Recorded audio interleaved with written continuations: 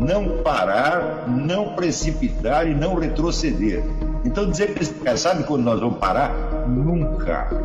Nunca na sua porca vida. Né?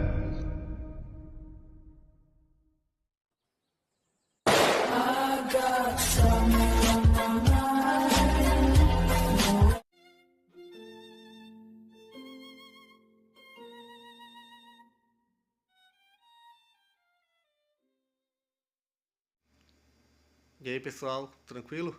Então vem aqui antes do vídeo começar, pedir para vocês se inscreverem, quem não for inscrito, compartilhar, curtir, comentar. Quem puder seja membro do canal, que isso ajuda bastante. Tem também o link do Apoia-se. Quem puder ajudar nosso canal e apoiar financeiramente vai ser muito bem-vindo. Mas o mais importante é transmitir o conteúdo e os conhecimentos do professor Olavo de Carvalho para mais e mais brasileiros. Então compartilhe e ajude aí nossa causa. Muito obrigado a todos os membros, apoiadores do canal. Fico muito feliz. Tenho certeza que a gente está no caminho certo. Então fiquem com o vídeo e até mais. Valeu! A inteligência humana, gente, ela tem um caráter sistêmico, você está entendendo? Quer dizer, a inteligência não é uma função especializada. Ela é uma espécie de condensado de toda a sua experiência, de toda a sua personalidade. Ela é a parte superior da sua personalidade, a parte superior que unifica tudo. Portanto, você não pode isolar pedaços onde a sua inteligência não entra. Se você diz, olha, esse pedaço aqui da minha vida não vai ser conduzido pela minha inteligência, mas pelo medo que eu tenho do seu professor. Você acabou de ficar lesado. Se você quer manter a sua inteligência, você vai ter que aprender, em primeiro lugar, a sinceridade. Inteligência é a capacidade de perceber a verdade. E você não pode perceber a verdade nas altas ideias se você tampa a verdade da sua própria existência. Isso é impossível, gente. Olha, o que falta para os Safasles, os Janotes, as Chauís, é isso aqui. Eles não perceberam a ligação essencial que existe entre inteligência e sinceridade. Se o sujeito não diz a verdade para si mesmo, ele está destruindo a sua inteligência. Tá? Muito bem. Dentro dessa perspectiva, então, você precisa ver que a atividade de leitura e de aquisição de conhecimentos a que você pode se dedicar, ela será totalmente inútil. Tá certo? Se tudo isso que você está supostamente aprendendo não for incorporado, não é na sua memória, mas na sua pessoa. É preciso que cada frase que você leia seja incorporada ao ponto de se transformar num novo mecanismo de percepção que você adquiriu. Cada frase. Então, eu vou sugerir para vocês um exercício que vai levar muito tempo e que nós não vamos nem poder corrigir aqui, porque ele vai levar provavelmente toda a extensão do nosso curso, mas que é uma coisa que vai marcar você pelo resto da sua vida. Isso vai mudar a sua vida. Você vai pegar um livro de filosofia, qualquer, da sua escolha, tá certo? De preferência um livro que lhe faça bem. Eu lhe sugiro algum do Louis Lavelle. Louis Lavelle é o único filósofo do mundo, além de Aristóteles, do qual me considero um discípulo. Com os outros eu aprendi muitas coisas, mas um discipulado, quer dizer, sobretudo no sentido de que, para mim é muito difícil discordar de qualquer coisa que Louis Lavelle diga. Muito difícil. Né? Mais difícil até do que discordar de Aristóteles. O homem costuma ter razão. E por mais que você vire, se mexe, você diz, é isso aqui. Né?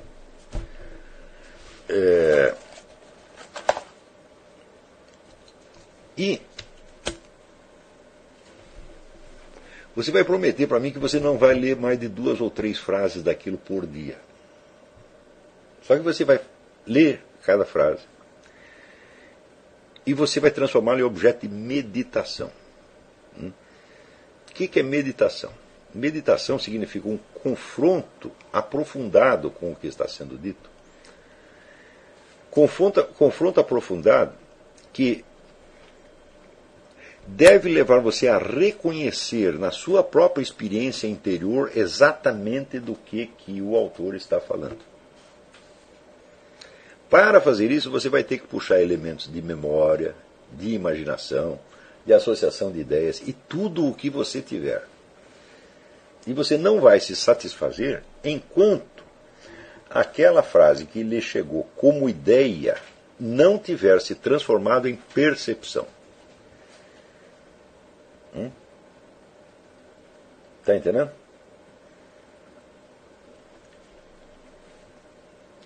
É como se você tivesse lido num dicionário uma definição de vaca e depois tivesse saído procurando uma vaca.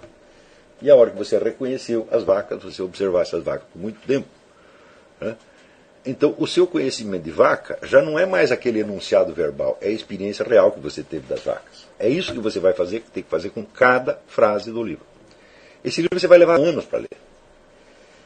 Mas é o seguinte, se ficar interessante e você quiser passar dentro e continuar lendo, não faça isso.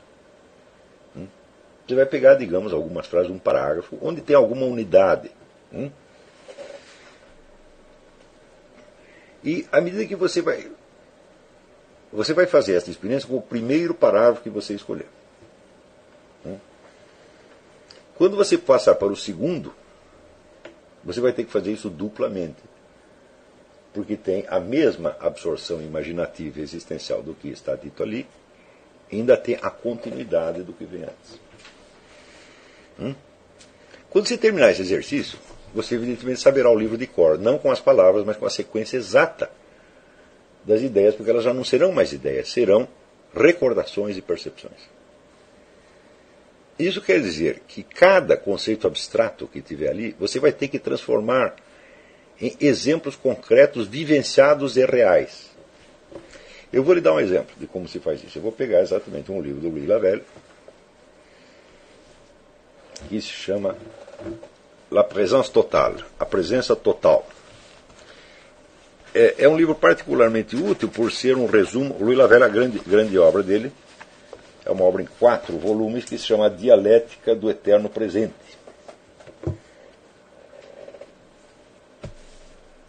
E, como o livro estava muito comprido, daí ele fez este resumo que se chama... Bom. Esse aqui é o primeiro volume da série de Lettres, do Ser. Então ele fez esse resumo que se chama A Presença Total. A Presença Total, às vezes, é menos claro do que a obra maior. Tá certo? Já dizia Horácio que a brevidade se opõe à clareza. Para você explicar a coisa nos seus mínimos detalhes, você tem que botar os mínimos detalhes, então daí fica maior. Então, por isto mesmo, é um livro propício para esse tipo de exercício, por ele ser muito compactado.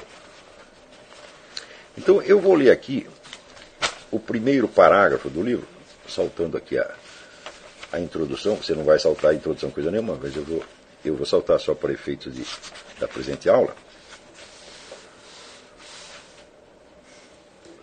O primeiro parágrafo é o seguinte: há uma experiência inicial que está implícita em todas as outras e que dá a cada uma delas a sua gravidade e a sua profundidade.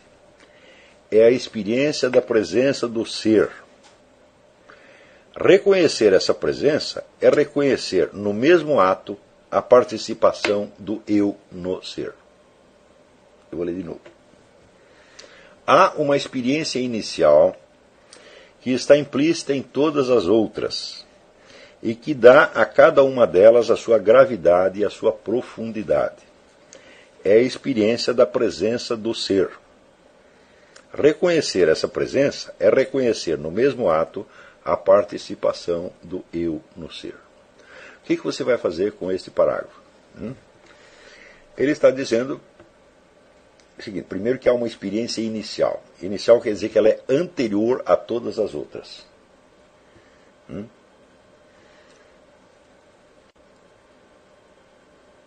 E segundo, que é esta experiência que dá às outras experiências possíveis a sua gravidade e a sua profundidade. Ou seja, as outras experiências têm alguma importância por causa desta.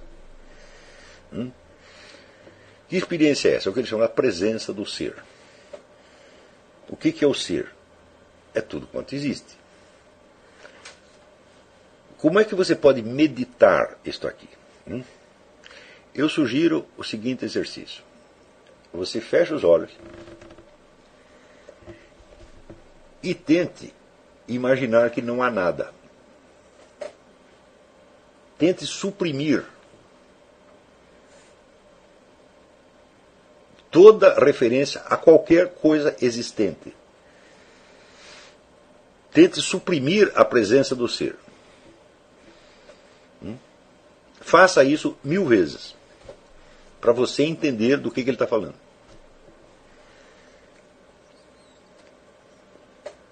Ou seja, você jamais teve a experiência do nada.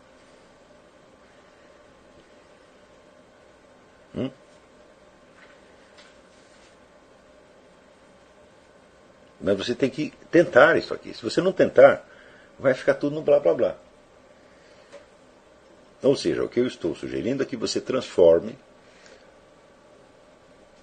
uma sequência de afirmações genéricas e abstratas em experiência concreta e pessoal. Está entendendo? Você não vai discutir com o autor, você não vai querer saber se ele está certo ou errado, você vai incorporar isso aqui como se fosse uma ideia que lhe ocorreu a você. Como se não foi uma coisa que você leu no Louis Lavelle, foi uma coisa que você pensou. E em seguida você vai voltar àquilo, não para discutir, não para analisar logicamente, mas para buscar o equivalente experiencial do que ali está colocado como conceito abstrato. Então você vai fazer a experiência, essa experiência vai ser tomar 2 direções ao mesmo tempo. Primeiro você vai tentar suprimir o ser. É claro que você não vai conseguir, mas você tem que experimentar. Você vai ver que se você suprimir imaginariamente tudo, tá certo? Você verá que ainda sobra muita coisa. Sobra, por exemplo, a sua respiração. Você não vai parar de respirar enquanto faz esta experiência. Quer dizer, não é só o penso, logo existo do Descartes. Tem muita coisa além do pensamento que sobra. É coisa que você não consegue suprimir, sobretudo, a sua própria presença. Essa é a segunda etapa do exercício. Tente imaginar que você não existe.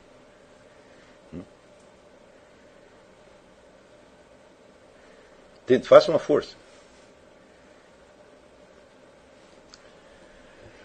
Muito bem. Depois de você ter feito isso durante algum tempo, partimos para outra direção do exercício. Você tentou suprimir o ser. Agora você vai tentar perceber conscientemente a presença do ser. A presença do ser é tão óbvia que você nunca pensa nela. Você simplesmente a admite, mas a admite, vamos dizer, de passagem, e de tal modo que o seu raciocínio, às vezes, desmente a presença do ser. Na hora que o seu raciocínio desmente a presença do ser, tá certo? Por exemplo, na hora em que você duvida da existência,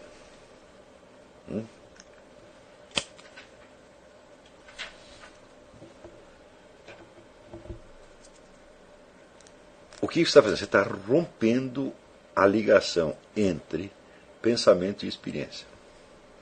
Você está mentindo. Está aprendendo a mentir.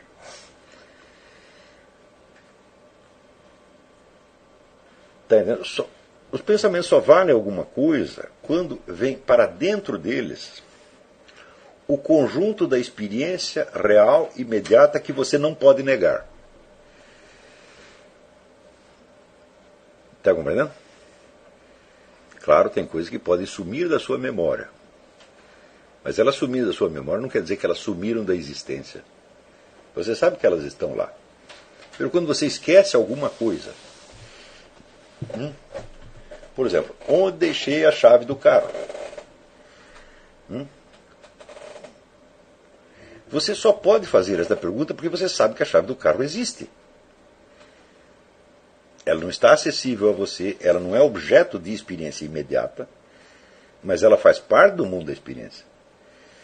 Então, na hora em que você procura uma coisa que você não sabe onde deixou, você está admitindo uma situação temporária de divisão que você está atravessando.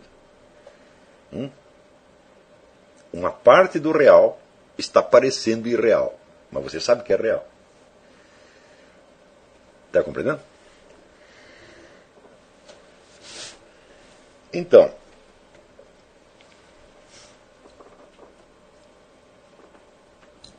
para você fazer esta segunda experiência,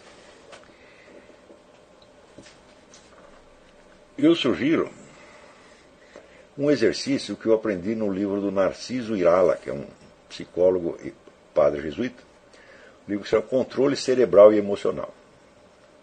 Ele dá esse exercício, como muitos outros, para o bem da sua saúde mental. Mas o que nós estamos visando aqui não é o bem da nossa saúde mental, pelo menos não é só isso, é outra coisa. Eu estou usando esse exercício com uma finalidade que não é a do Narciso Irala, mas ele lhe trará de qualquer maneira também o proveito que o Narciso Irala sugere. Esse exercício é de você fechar os olhos, deitar, relaxar, fechar os olhos e tentar perceber conscientemente todos os ruídos em torno. Os ruídos próximos e os ruídos distantes. E aí você verá como há uma infinidade de ruídos que você não está percebendo conscientemente, mas também não pode se dizer que você não percebia de maneira alguma. Você percebia no fundo. Ou seja, não eram ruídos importantes para a sua ação imediata, eles constituíam o fundo da sua ação imediata. Existe o cenário próximo onde você está agindo, e existe, vamos dizer, o ambiente em torno, que se prolonga como uma série de círculos concêntricos, de modo que os ruídos vão se tornando cada vez mais imperceptíveis, mas eles estão lá. Você não vai pensar, você não vai analisar, você não vai fazer nada, você vai fazer apenas a coleção dos ruídos. Você vai reparar, tem o ruído do ar-condicionado. Tem uma buzina lá longe. Tem um cachorro latindo. Tem um passarinho piando. Está entendendo? Os mais mínimos ruídos. Você vai fazer esse exercício é somente de percepção passiva. Você vai só perceber aquilo que você já estava percebendo no fundo. E simplesmente aquilo que está no fundo você vai trazer para frente. Não é para pensar nada, é só para perceber.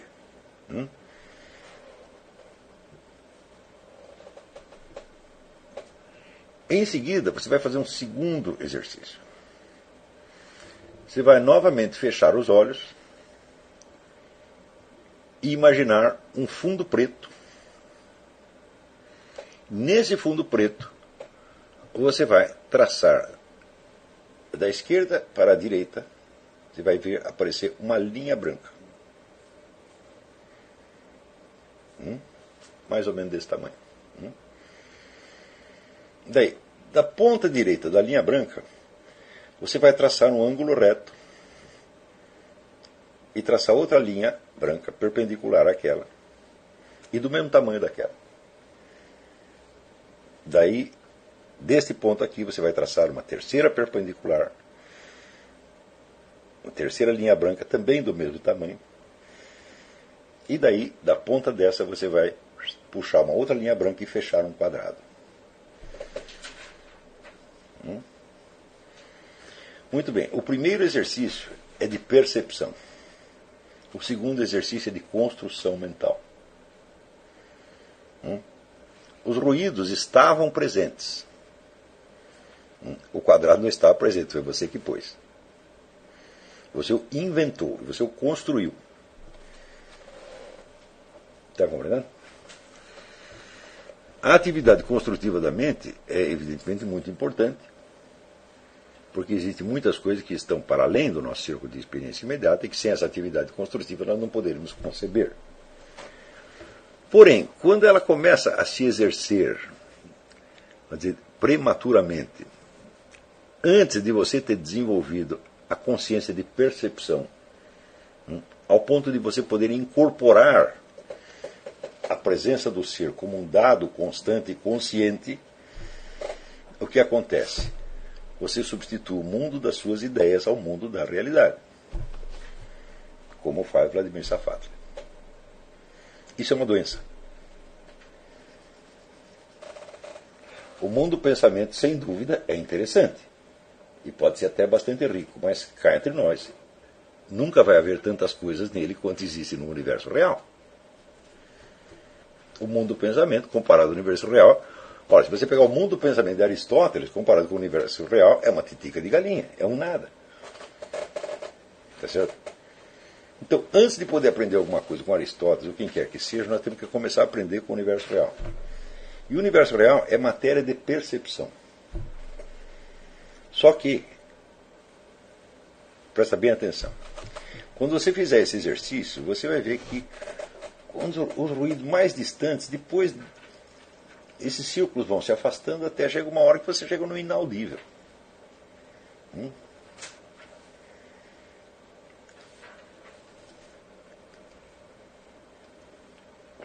Mas preste atenção que durante todo este exercício, você sempre soube que os ruídos saem de algum lugar. Que o som de buzina sai de um carro, que o latido sai de um cachorro. O piado sai do passarinho. O ruído da máquina de ar-condicionado sai da máquina de ar-condicionado. Ou seja, você não percebeu só os ruídos, você percebeu presenças.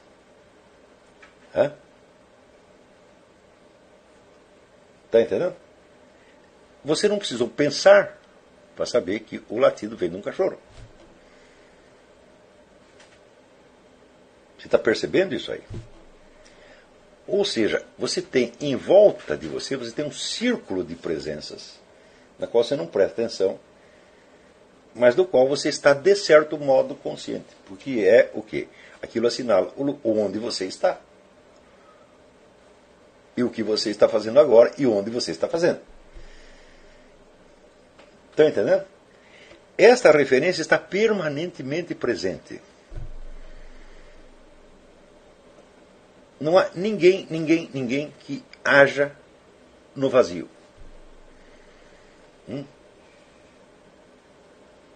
E esta percepção de presença contém também a percepção de inúmeras presenças latentes que você não pode captar agora, mas que você sabe que estão lá.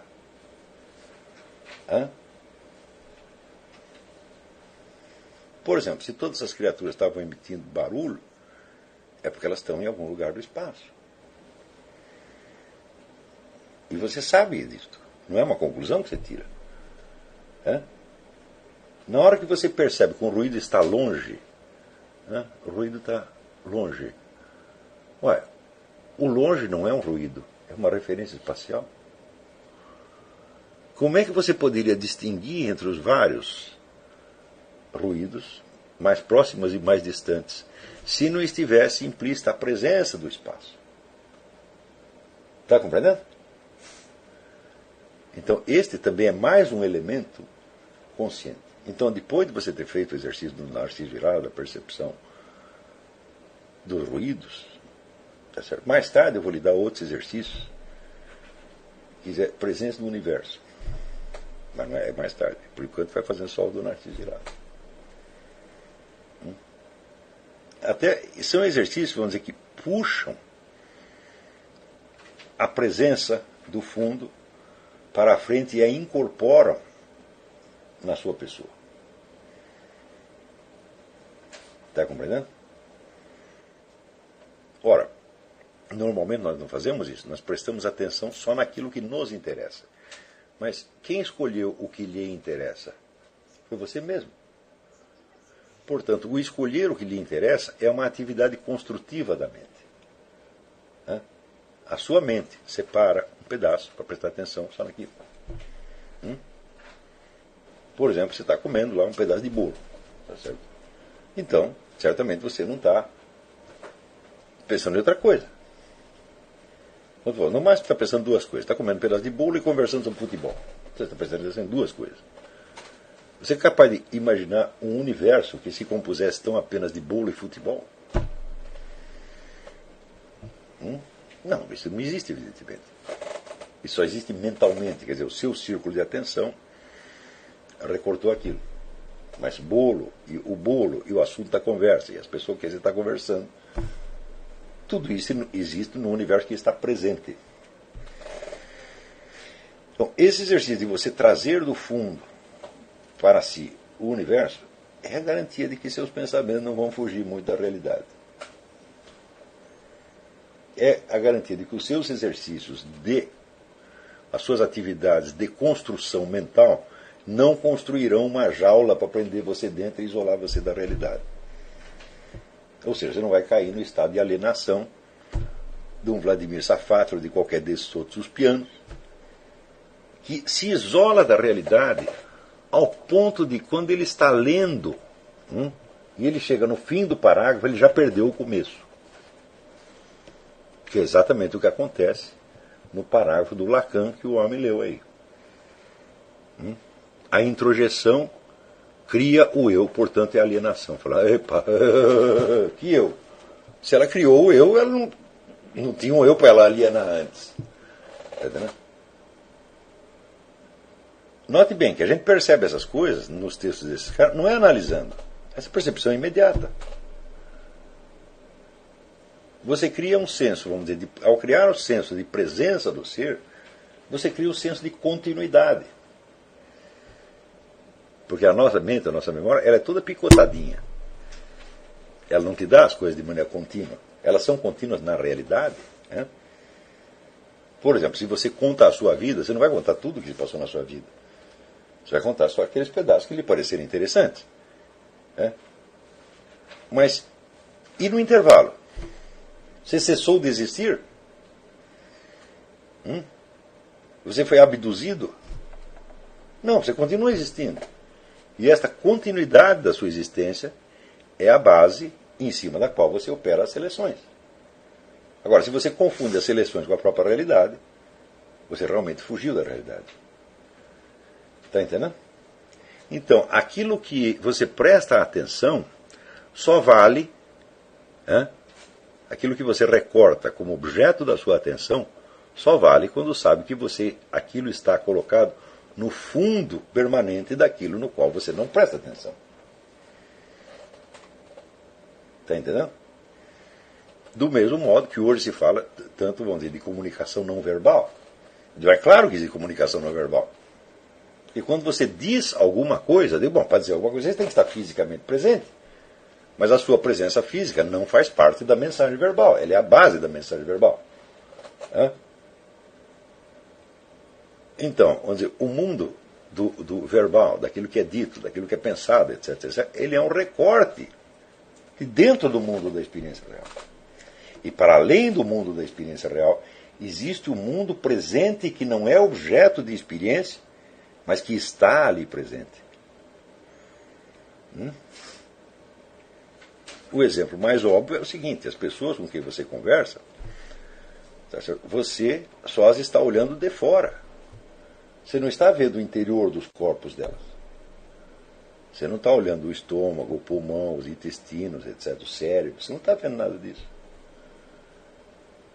Agora, suponha por um momento que essa pessoa não tem nada disso. Que elas são apenas formas ocas. E dentro do corpo dela não tem nada, é um vazio. É macabro, é aterrorizante. É? Ou seja, você não está vendo os órgãos internos dela, você não está vendo o funcionamento interno, mas você conta com isto. Isso está presente. E note bem, isso não é uma conclusão que você tira. Nós estamos agora pensando sobre isto, mas não é através do pensamento que você sabe isto.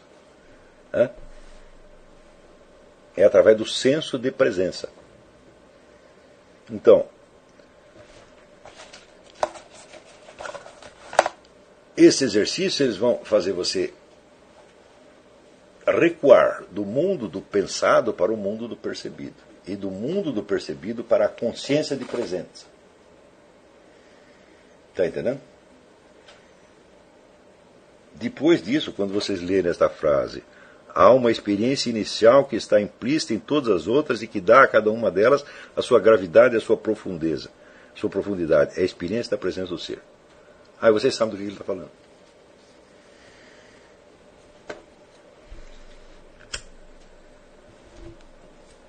Só que você vai fazer isso com um livro inteiro.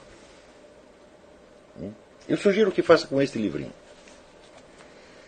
Se for um livro, esse livro não tem tradução. Se for um livro numa língua que você não conhece, melhor ainda, porque você vai ter que traduzir cada pedaço.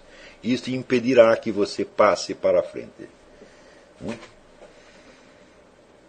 O meu método de aprender línguas é esse. O primeiro livro que eu li em francês foi Le Nœud de Vipère, O Nó das Víboras, de François Mauriac. Eu tinha tido alguma aula de francês no ginásio, mas não o suficiente para ler aquilo. Então isso quer dizer, cada linha tinha 2 ou 3 palavras que eu não conhecia e que eu tinha aqui no dicionário. Então eu falei, eu vou ler esse livro até o fim, mesmo que leve 10 anos. E eu vou anotar, eu vou escrever aqui cada palavra que eu não saiba. Não vai passar nenhuma. E se tem outra palavra que eu já vi páginas atrás, mas eu esqueci, e eu olhar no dicionário de novo, eu vou escrever de novo. E vou ler 10 linhas por dia. Quando eu terminei de fazer isto, eu sabia ler qualquer livro em francês. Mas isso não serve só para aprendizado de linguagem. Se você fizer isto como prática da sua aprendizagem filosófica, você não vai estar só aprendendo a ler o livro de filosofia. Você vai ter entendido uma coisa muito importante. Um livro de filosofia é como uma pauta musical. Ele só é compreendido quando ele é executado interiormente.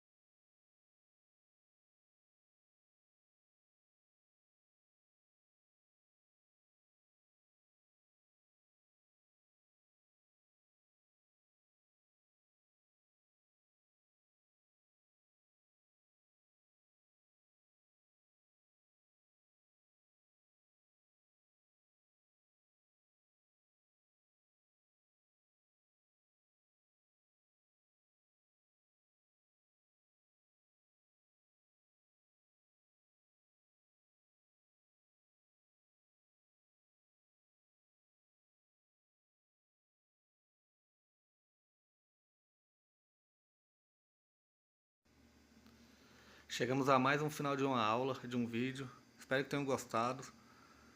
Quem não se inscreveu ainda, se inscreva, compartilhe, comente. Ajude o nosso canal, apoie, seja membro. E ajude o nosso canal a chegar a cada dia a mais brasileiros que precisam muito do conhecimento do professor Olavo de Carvalho. Então é isso aí, fique com Deus, até o próximo. Valeu! Então é isso aí, pessoal, que é o nosso canal, que são alguns livros que eu já li. A maioria foi doação, mas alguns eu adquiri, professor Olavo de Carvalho. Alguns livros se perderam aí que eu emprestei, professor Alexandre Costa, a Bíblia Sagrada. 10 lições sobre Karl Marx. Indico a não ler esse livro, que é muito ruim mesmo. Alguns pensadores aqui que realmente, como o professor Olavo de Carvalho disse, não são pensadores. Valeu, tamo junto aí. Apoie nosso canal, seja membro.